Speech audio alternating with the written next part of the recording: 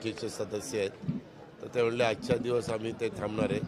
आता मी 1:30 वाजता मी मुख्यमंत्री दिलीप वळसे पाटील आणि अजून एक आज एकेकाळी राज्याचे विरोधी पक्षनेते असणारे, एकेकाळी राज्याचे मंत्री असणारे,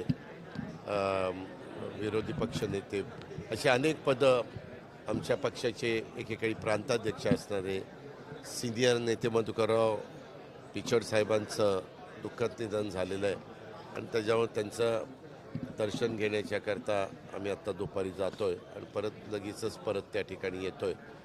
मी एक बरेच वर्ष मला वाटतं त्यांच्या 7 टर्म झालेले आहेत.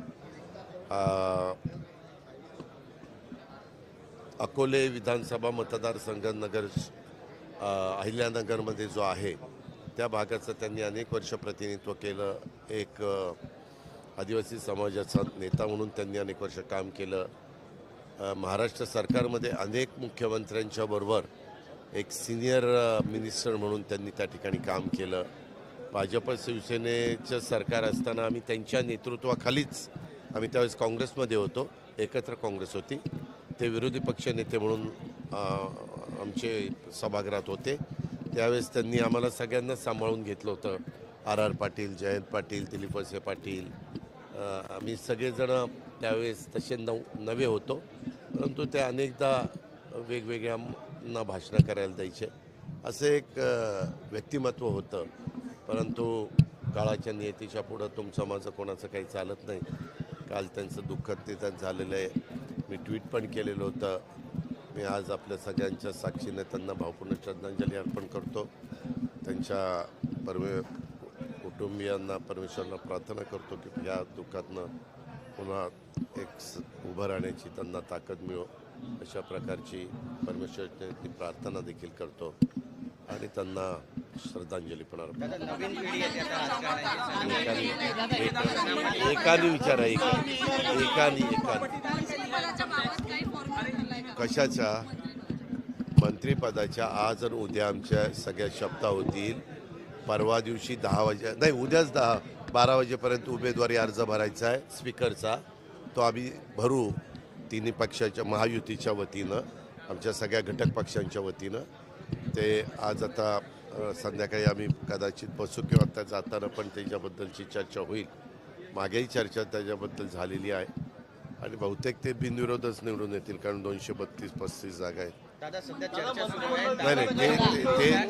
नाही, ते सगळं झाल्यानंतर आमचा प्रयत्न आहे की 16 पासून नागपूरचं अधिवेशन घेण्याची शक्यता आहे. ते ठरेल सगळ्यांचं मिळून, परंतु ते 16 पासून झालं तर त्याच्या आधी एकदा मंत्रिमंडळ विस्तार झाला पाहिजे.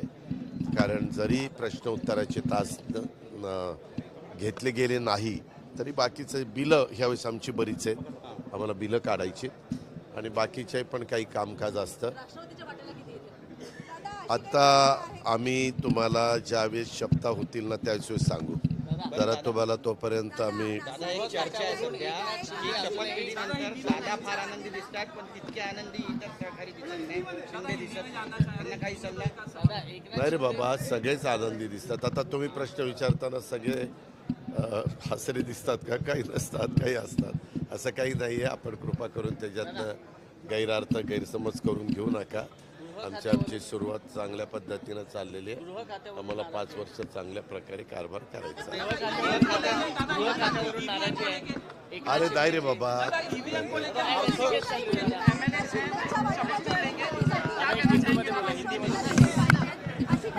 अभी आज जो अपोजिशन वालों ने वॉकआउट किया है उनका कहना है कि ईवीएम के बारे में किया है. हमें पता नहीं, लेकिन आप जैसे मीडिया के लोग ही बोलते हैं कि कोई ईवीएम के बारे में हुआ है, कोई बोलता है और किसी कारण हुआ है. वैसे तो मैंने पहली दफ़ा देखा है. चुनाव हुआ है, लोगों ने, वोटर ने जीत के दिया है और अभी यहाँ वॉकआउट करके कुछ होने वाला नहीं है. अगर उनको कुछ करना है तो इलेक्शन कमीशन के सामने जाना चाहिए. इलेक्शन कमीशन के त्याच्यामध्ये इतकं निर्विवाद प्रचंड बहुमत मिळालेलं आहे. आता हे EVM किंवा हे असलं काही जे काढलं जातं हा खरं तर रडीचा डाव आहे. आम्ही पण मी महाविकास आघाडीमध्ये काम केलेला एकेकाळचा कार्यकर्ता आहे. या निवडणुकीच्या EVMला दोष देण्यामध्ये काही अर्थ नाही. लोकसभेला EVMनी 31 जागा महाविकास आघाडीला दिल्या, त्यावेळेस EVM खूप चांगलं होतं. पण हो जाणार, निघालो 1:30 वाजता जाणार. मी मुख्यमंत्री दिलीपराव. ईव्हीएम तर ऐका ना, त्याच्यामध्ये 31 ज्यावेळेस निवडून आले त्यावेळेस EVM मशीन खूप चांगली होती आणि इकडं मात्र असा निकाल लागला. हा त्यावेळेस EVMला दोष द्यायला सुरुवात केली. ठीक आहे, लोकशाहीमध्ये प्रत्येक आघाडीला, युतीला, पक्षाला, त्यांच्या नेत्यांना काय त्यांनी वक्तव्य करायचं तो त्यांचा अधिकार आहे. पण उद्याचाच दिवस शपथ घेण्याचा आहे. त्यांना उद्या संध्याकाळपर्यंत शपथ घ्यावीच लागेल. तर परवा दिवशी सभागृहामध्ये कामकाजात भाग घेता येईल. ही एक प्रोसिजर आहे आणि बहुतेकांना सगळ्यांना माहिती आहे. परंतु पहिल्याच दिवशी आपण काहीतरी वेगळं करतोय. आम्ही जरी संख्येने कमी असलो तरी आम्ही आमचं अस्तित्व दाखवण्याचा प्रयत्न करतोय. हा केविलवाणी त्यांचा प्रकार चाललेला आहे. याला काही अर्थ नाही, कारण सुरुवातीला हे सगळे आत बसले होते, परंतु नंतर आमच्या 8-10 लोकांच्या शपथ झाल्यानंतर एकदम अचानक मी शपथ घेऊन खाली उतरताना काहींदा विचारलं, पण कारण ते मी उतरताना ते नेमके बाहेर निघालेले होते. म्हणलं काय कुठं चाललं आहे? ते म्हणले नाही असंच चाललं आहे. मी आत्ता काहींना त्यांच्यातल्या विचारलं, ते म्हणले हो आम्हाला सांगितलं की आज आपण शपथ घ्यायची नाही, काही नवीन स्ट्रॅटेजी आहे. कोण म्हणतंय EVM करताय, कोण म्हणतंय अजून एक कुठला तरी मुद्दा त्यांनी काढलेला आहे. इन्कम टॅक्सचा काढला त्यांनी मुद्दा. ते म्हणतात की तुम्ही सोबत गेलात भाजपसोबत म्हणून इन्कम टॅक्स दिलासा मिळाला, आम्हाला दिलासा नाही मिळाला, मला तुरुंगात टाकून संजय राऊत टीका करतायत. प्रफुल्ल पटेलांना मिळाला, सगळ्यांना इतर याला काही अर्थ नाही. इतके वर्ष आम्ही त्यांच्याबरोबर होतो त्यावेळेस, आता कुठलाही कोर्टाचा निकाल काही एका दिवसाला लागत नाही.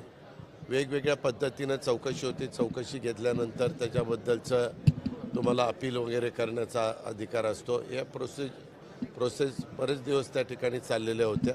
आम्ही आमची भूमिका मांडली. आता ह्यांच्याबरोबर मी असेल तर अजित पवार चांगला, ह्यांच्याबरोबर पण मी कुणाबरोबर उपमुख्यमंत्री म्हणून काम केलं नाही. मी जर अतिशय दोषी असतो, भ्रष्टाचारी असतो, तर बाकीच्यांनी माझ्याबरोबर कामच केलं नसतं, मला ही पदच मिळाली नसती. आज हा निवळ तो यावेळेसचा राजकीय म्हणजे राजकीय भूमिकेतनं मला अडचणीत आणण्याचा प्रयत्न त्या ठिकाणी झाला. मला माझं मन सांगत होतं की आपण आपली भूमिका, जिथं न्याय मागायचा आहे तिथं आपण न्याय मागू शकतो आणि मी तो न्याय मागत होतो. आमच्या वेगवेगळ्या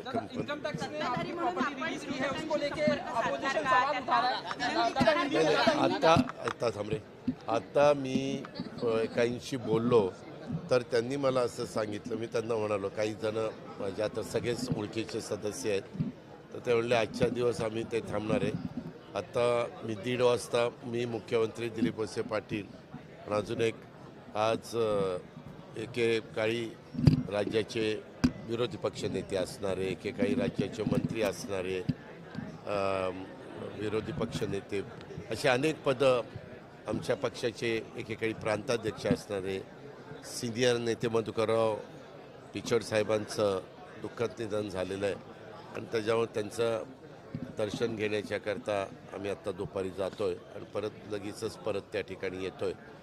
मी एक बरेच वर्ष, मला वाटतं त्यांच्या 7 टर्म झालेले आहेत. अकोले विधानसभा तरफ से उनको अगर ऐसा लगा कि हमें न्याय नहीं मिल रहा है तो उन्होंने कोर्ट की स्टेप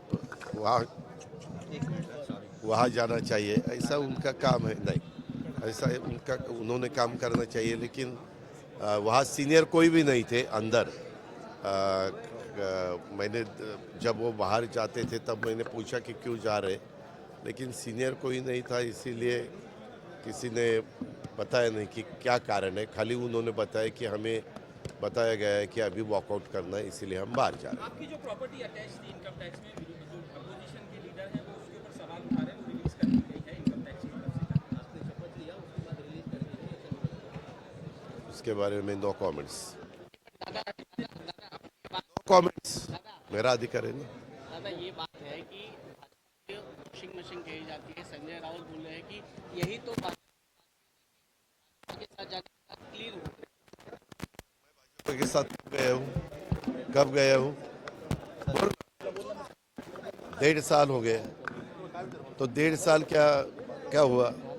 कुछ भी, अगर उन्होंने जो भी एलिगेशन किया वो सच्ची, उसमें सच मानना पड़ेगा, ऐसा नहीं है। हर एक को अपील करने का अधिकार है और उन्होंने डिसीजन दिया है। पर ये आपको जानबूझकर बदनाम करने का षड्यंत्र लग रहा है। मुझे उसके बारे में कुछ नहीं बात कर दी है। Thank you very much.